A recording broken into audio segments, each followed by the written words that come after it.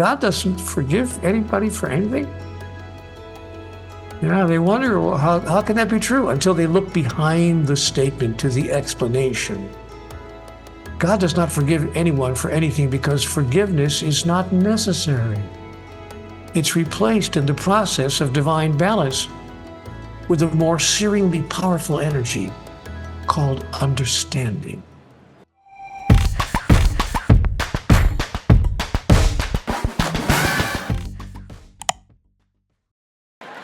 Now, some stories, of course, are more serious in their ramifications than others, but all stories play their effect on the day-to-day living of individual lives until they do not anymore. The time may arrive when people become tired of their old story running them. They simply decide that they no longer wish to identify themselves with their past, but that they now choose to, come from a new set of data when they engage life itself as it's being experienced here and now. Now, that does not mean that they pretend that their past never happened. They simply want to move on, knowing that it did happen, but choosing to not have it affect them anymore. While, as I said earlier, the process of dropping your story is not always an easy one, it can be done. It's simply a matter of realizing that was then, and this is now. Easier said than done? Not necessarily. I've come to know that even in difficult situations, it can, with determination, be done. The trick to stepping outside of our story is to drop the need for any kind of story at all. This could only occur if we were completely clear about who we really are and who we choose to be. I mean, as living entities. We would have to understand and embrace the fact that we are, each of us, what I call an individuation of divinity, a singularization of the singularity. We would have to understand that there is no disconnection between us and God. This clarity comes from realizing that we are not who we thought we were, or at least, many of us thought we were. We have to ask ourselves a question. Not many people ask this question. I've talked to a lot of people in my life and looked at my own life as well. And I never asked myself until later in my life this really important question. Who am I? I mean, is this really who I am? Am I this body? To understand what I've just said now, the process of embracing and adopting one's true identity could feel a lot like a person who has given up a bad habit. They don't want to let go of their old identity. They know it's for the better to let go of that bad habit, to let go of that old identity, but they feel like they've lost a friend. In truth, you will have made the best friend you ever had. Your divine self. You will have a true friendship with God. Let me offer now a tool that I was given in my conversations with God to help me understand all of this. I was told that what is in the present moment is rarely as bad as our story makes us believe that it is, or that it could be if we're not careful, watchful, nervous, anxious.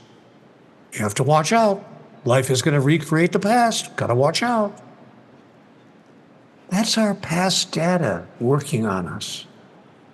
Our past data about events and situations that can make the present seem so frightening or totally unacceptable. The trick is to include data from the soul, not just memories from the mind. When we include data from the soul, we allow ourselves to see things from a spiritual as well as a physical perspective. That's a tool that I want to introduce to you today. It's called recontextualization. Got that? Recontextualization. We create a new context. This is a decision we make to see ourselves and the present situation in a new way. namely as a spiritual experience and not just a physical event. Earlier, I suggested that if what is so simply can't be changed or shifted, altered or modified in any way, you might want to see if there's anything that can be shifted or modified in you. See, this is the trick. Catch what I'm saying here. Sometimes you can't change or modify the outward events, but you can change or modify what's going on in you to bring yourself more into harmony with what is. Let me offer you a real life example. Can I give you just a real example of this? I'm thinking now of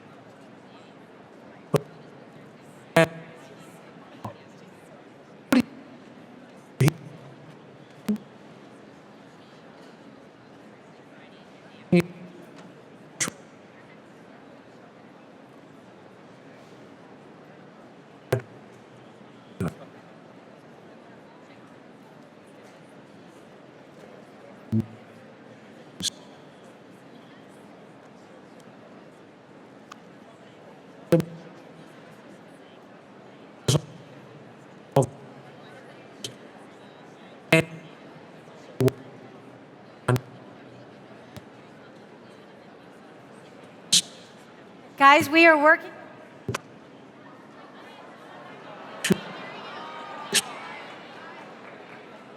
Come on! the organization of which you are the head. The church that you run has done more to hurt my people and my culture than any other human institution.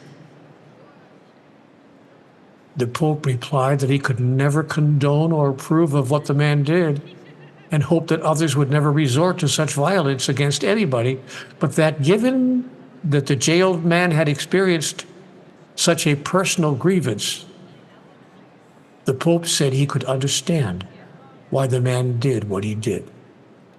And that's why he blessed the man. Out of compassion. He did not condone what the man did, but he did understand it. And then he chose to show compassion for the criminal. You know what happened? The two men actually became pen pals. I'm not making this up. They wrote letters back and forth for 7 years between the jail and the Vatican. And then finally, the pontiff asked the civil authorities in Italy to grant the prisoner a pardon and to release him from jail. Pope said, well, he's been in jail 7 years. That was punishment enough. And the state did as the Pope requested. As I said, this is a matter of history, but it's about recontextualizing what occurred. And for this program today, for the purposes of our gathering today, it provides a striking example of recontextualization. But now let me make a larger point.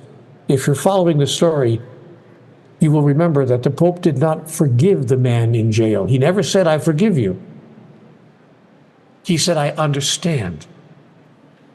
He replaced forgiveness with compassion. Why? And why could you do the same thing? Why would you do the same thing about anybody or anything that's happened in your life? I think it's because the Pope understood that God never forgives anyone for anything. Did you hear what I said? God never forgives anyone for anything, and God never will. Conversations with God makes this bold statement and does it so unequivocally that even those who agree with CWG's other spiritually revolutionary revelations find themselves raising an eyebrow. What? God doesn't forgive anybody for anything? They wonder, well, how can that be true? Until they look behind the statement to the explanation. God does not forgive anyone for anything because forgiveness is not necessary. It's replaced in the process of divine balance with a more searingly powerful energy called understanding. First, divinity understands who and what it is, and so it is aware that it cannot possibly be hurt, damaged, injured, harmed, or diminished in any way. This means that divinity would never be frustrated or annoyed, angry or vengeful for any reason. Are you catching this? Am I talking too fast for you? Are you catching this? I said that God will never be frustrated or annoyed, angry or vengeful for any reason. It simply has no reason. Vengeance is mine, saith the Lord. May be the biggest mistake that humanity has ever made in trying to understand spiritual reality.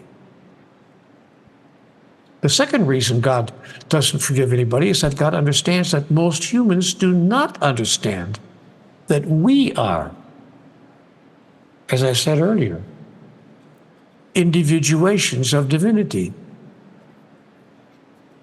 Therefore, we cannot be hurt at the soul level, damaged, or harmed in any way either.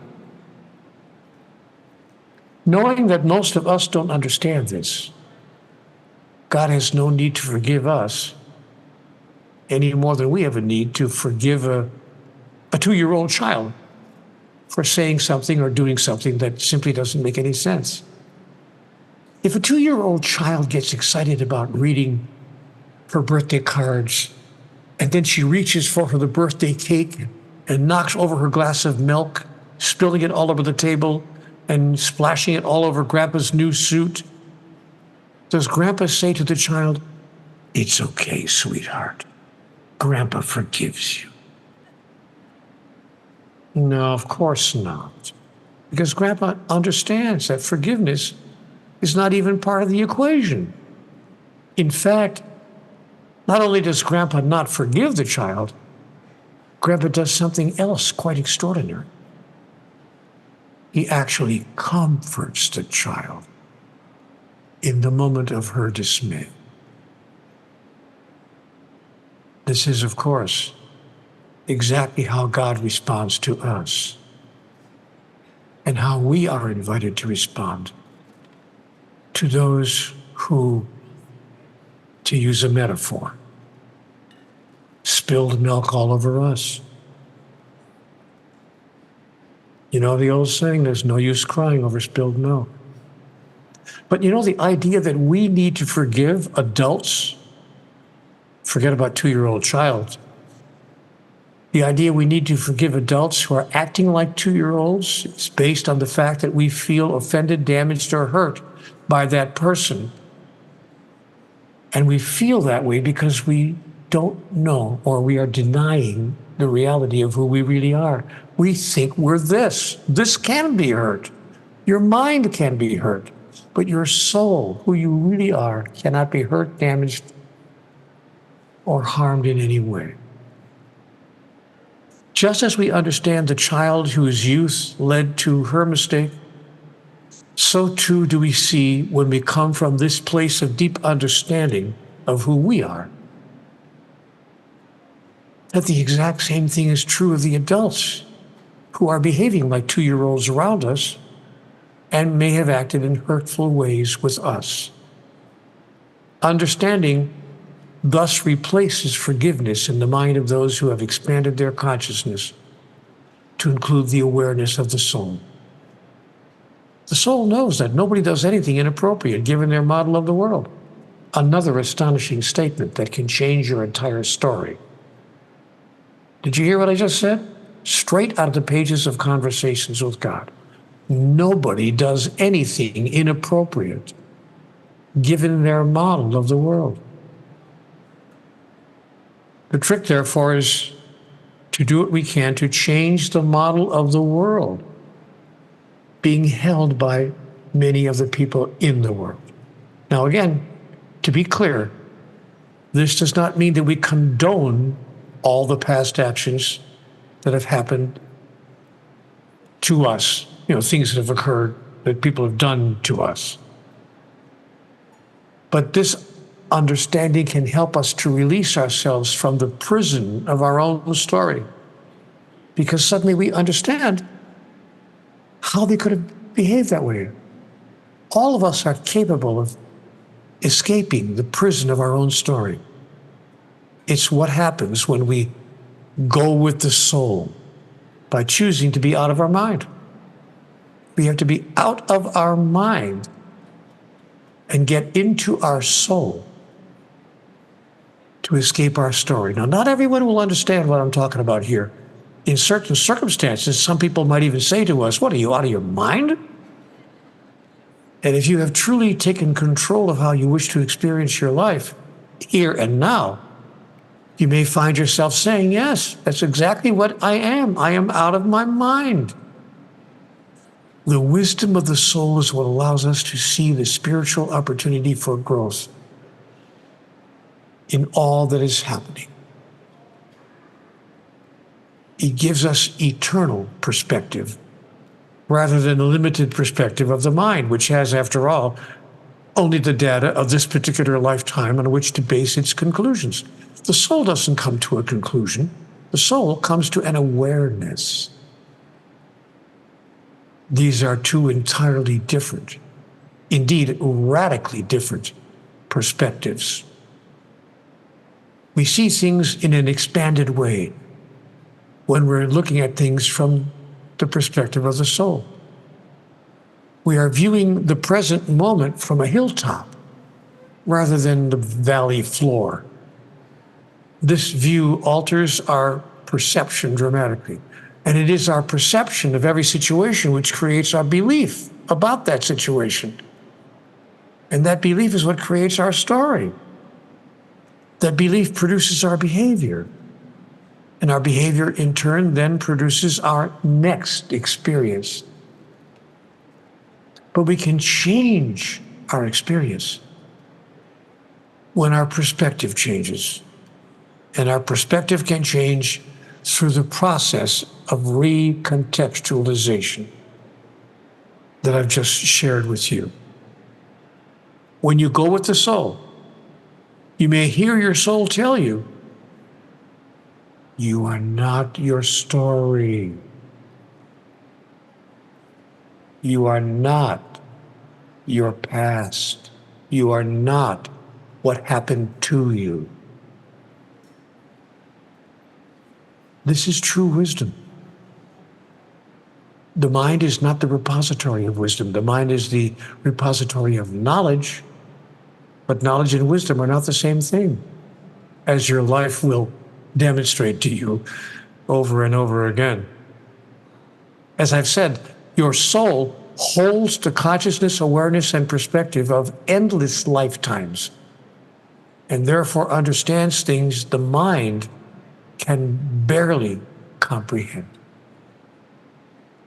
That idea that forgiveness is never needed in the experiences of life is something that the mind has a hard time comprehending. We can't comprehend that. So write this on your bathroom mirror so you never forget it. When you leave this program today, take this message with you. Understanding replaces forgiveness in the mind of the master. If the person who's been injured fully understands the hurt and the pain that caused others to act in the way that they did, the injured person can actually replace forgiveness with compassion, just as the Pope did with the man who shot him 6 times. That kind of behavior is not limited to people like the Pope. It's available to all of us. And by the way, when we look closely at life, we see times in which we ourselves may have acted harshly or unkindly in our lives. Maybe not done the kind of things that have been done to us, but we've probably acted harshly or unkindly once in a while, once or twice in our life. And then we see how others could act as they have done. This was the point of my example of Pope John II. But let's be clear. Recontextualization is not simple or easy. It's an act of immense courage. Your story, after all. The story of your life, all that happened to you, has been your justification for many of the ways that you act today, and for many of the decisions that you make, and for many of the emotions that you feel. If you drop your story, as I said earlier, it may seem like you've kicked the support out from under yourself. Now you have to stand on your own, which would be certainly happy for you if you could do it.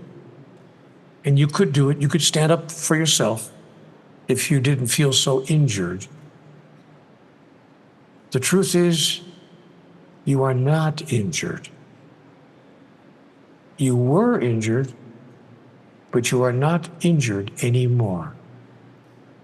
You are whole, complete, and healed right now. You are in exactly the right place to make exactly the right moves into exactly the experience for which your soul yearns. The movement into the next grandest expression of your true identity as an individuation of divinity. That's why you're here. On the planet. That's why your soul came here. To recreate yourself anew in the next grandest moment of your life, in the greatest version you ever held about who you really are. This new way of being and your new life is never more than a single choice away. Now, I know that's a little difficult for some people to accept. You don't understand, Neale, they may say to me. It's easy for you to say something like that. You haven't lived my life. You have no idea what I've gone through. You have no idea what happened to me, etc., etc., etc. And I'm not making light of that. I want you to understand, I'm not making light of the past of anybody. But I am pointing out over and over again, for emphasis, that it's all past data of the mind. It happened for sure, but it's not happening now. And when you access the wisdom of the soul, you will understand that you can step away from all of this. And the way to do that is not nearly as difficult as it might seem. To repeat, simply recontextualize your experience. See your whole life as a series of events, moments, and encounters which offer you the opportunity to decide to recreate who you really are and to improve the rest of your life by creating a new experience. Let's talk about that just for a minute, can we? Let me suggest to you that you can build a new story about who you are. You can really abandon your old story, set it aside, and create a new story about who you are around the 4 cornerstones of the human experience, the 4 cornerstones of the human encounter: sex, money, love, and God. Not necessarily in the order of importance, but it may very well be the order in which children growing into adulthood find themselves paying attention first. So let's pay attention to those 4 cornerstones in that same way here. We might best look at this in that way. How could we experience this thing called sexuality? What does life expect from us around that? In your new story, not with shame, that's for sure, and not with guilt and not with fear. For shame is not a virtue, and guilt is not goodness, and fear is not honor. And we do not deal best with sexuality with ideas of control or power or domination, for these have nothing to do with love. But can sex be used simply for the purpose of simple gratification? Yes. The surprising answer that I got from God is yes. You know that personal gratification in all areas of your life has gotten a bad rap through the years. And that's one of the main reasons that so much guilt is attached to sex. I mean, at least for many people. Many people have been told that they're not simply to use sex for personal gratification, even though it's intensely personally gratifying. The obvious conflict in reasoning is apparent to all of us, but many of us have not known where to go from there. So we decide that we should feel guilty. That's it. Feel guilty about how we've expressed our sexuality in the past. Especially if it's in, certain situations, like outside of marriage, for instance. I use one example. Do you know that many faith traditions, many religions on the planet tell us that sex outside of marriage is absolutely not okay? So I'm going to suggest that we do well to drop any feelings of guilt that we may have around sex when it's not used for purposes of procreation, which is another idea that we've been given by many of our traditions. You should use sex for reasons of procreation, but not for reasons of simple personal pleasure. It would surprise you to know how many people experience that idea as truth. Let's now turn to the second cornerstone, about which we have often been told that we should not feel the way we do feel when we experience plenty of it. I'm talking, of course, about money. I'm reminded of a famous singer who I'm not going to name here, but we all know her. She receives millions of dollars for singing her songs. Asked to comment on her incredible success and the riches it has brought her, she once said, I feel almost guilty because I love doing this so much. The implication is clear here. If it's something you love doing, you should not be rewarded additionally with lots and lots of money. Most people earn money by doing something they don't really like doing, or something that is at least hard work, and not endless joy. Anything worth having is worth working for. So we've been told. So if it's worth having, we should be working hard to get it. Okay, fair enough. But this should be the kind of work that feels good to do. That's how you change your story. Doing work that feels good to do, like Robert Goulet singing, or Richard Gere dancing, like Nancy Kerrigan on ice, like Anna Pavlova or Mikhail Baryshnikov in ballet shoes, like Roger Clemens when he was throwing a baseball for a living. There's work involved, yeah, but oh, the joy of it, the sheer joy of it, the joy of Baryshnikov putting on those ballet shoes. So choose to make a life rather than a living. Do what you love, or choose to love what you're doing, because you see that it is bringing you what you wish to experience in your life. Which brings us to cornerstone number 3, love. Real love, true love, lasting love may be work, but it should be a work of art. It should be something you love to do. A wise person once said, "May you always love the loving you're doing."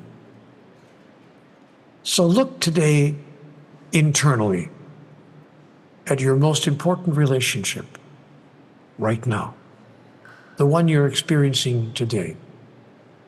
Are you loving the loving you are doing? If you love the loving you're doing, it's not work in a sense of being a struggle. It's a joy. Working to create something is much different from working to hold something together. Everyone who has done both knows the difference. Believe me, I do. You can feel the difference, and no one has to tell you what's going on. So experience your most intimate relationship by sending the energy of pure love. A love that needs, hopes for, expects, requests, anticipates, and demands nothing in return. Its giving is unconditional, and it aspires for nothing. Pure love is utterly and totally fulfilled in the experience of giving. Many people can't even imagine a God loving us that way. Which brings us to cornerstone number 4, God. The 4 cornerstones of the human experience: money, love, sex, and God. The way to rebuild your story, to create your new life, is to use those 4 cornerstones in the way I've been suggesting here today. I observe that guilt is often used by people in their attempt to feel bad about something that they feel good about. Then they can reconcile themselves with God. But you know what? I think we've got God all wrong. She wants us to celebrate every aspect of life that brings us joy. Did you hear that? God wants us to celebrate every aspect of life that brings us joy, so long as he sees that we're not using it in a way that hurts ourselves or others. Speaking of God wanting us to celebrate, reminds me of a story that I heard years ago. It's about a Catholic priest. Catholic priest died and went to heaven. He was sitting in paradise weeping, and when St. Peter asked him, "Why are you crying?" the priest said, "There's an R, there's an R. It's celebrate."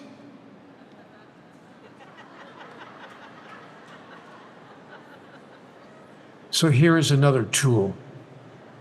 Practice saying this 10 times each day into the mirror. Dare you. Practice saying 10 times every day into the mirror, "I love sex." Then say 10 times this, "I love money." Remember, I love money and money loves me. Reverend Ike used to say that from the stage, and I adored it when he said it. I love money and money loves me. Now you want a really tough one? Try and say this 10 times. I love being loved. Or this, I love me.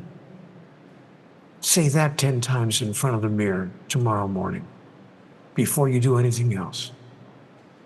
I love me. I love me. I love me.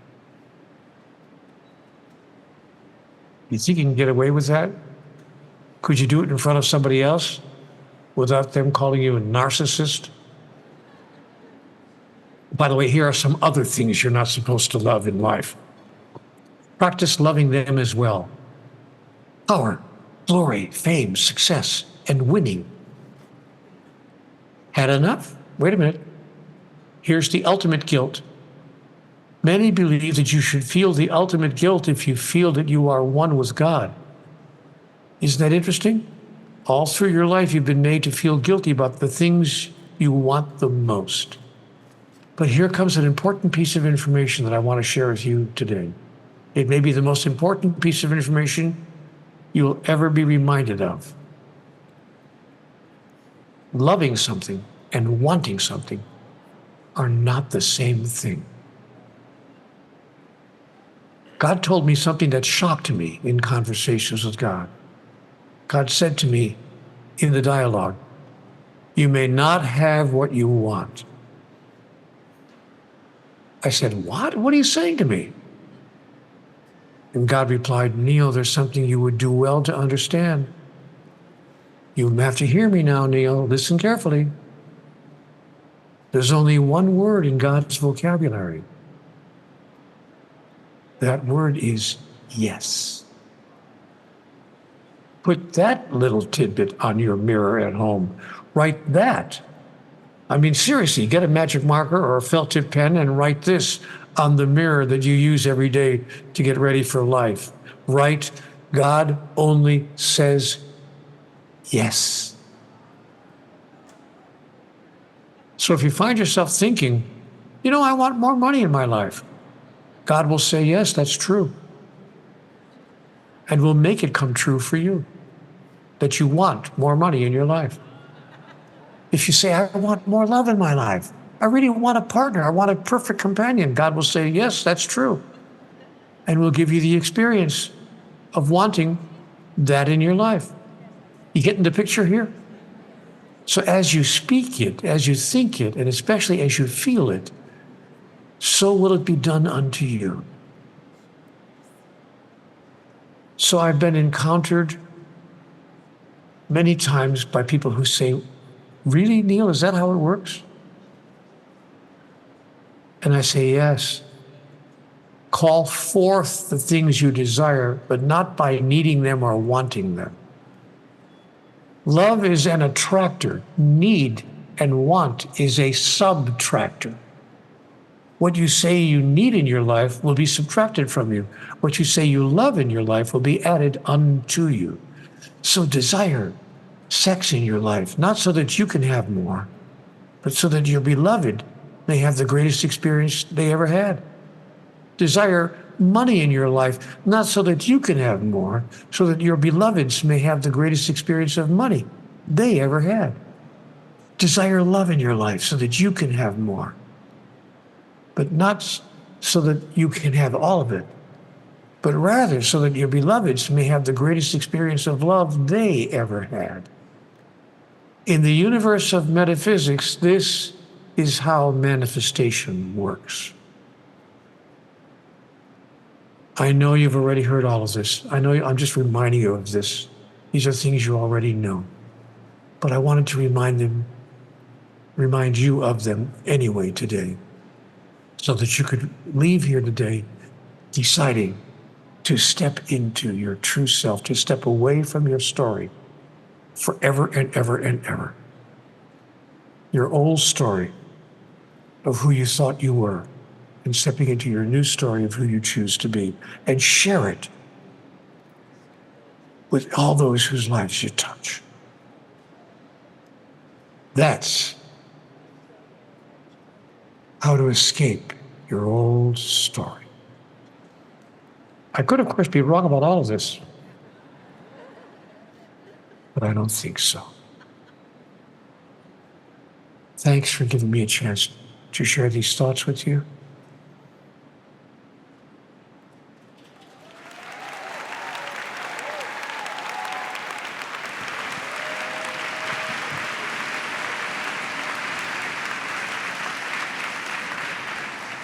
Bye for now.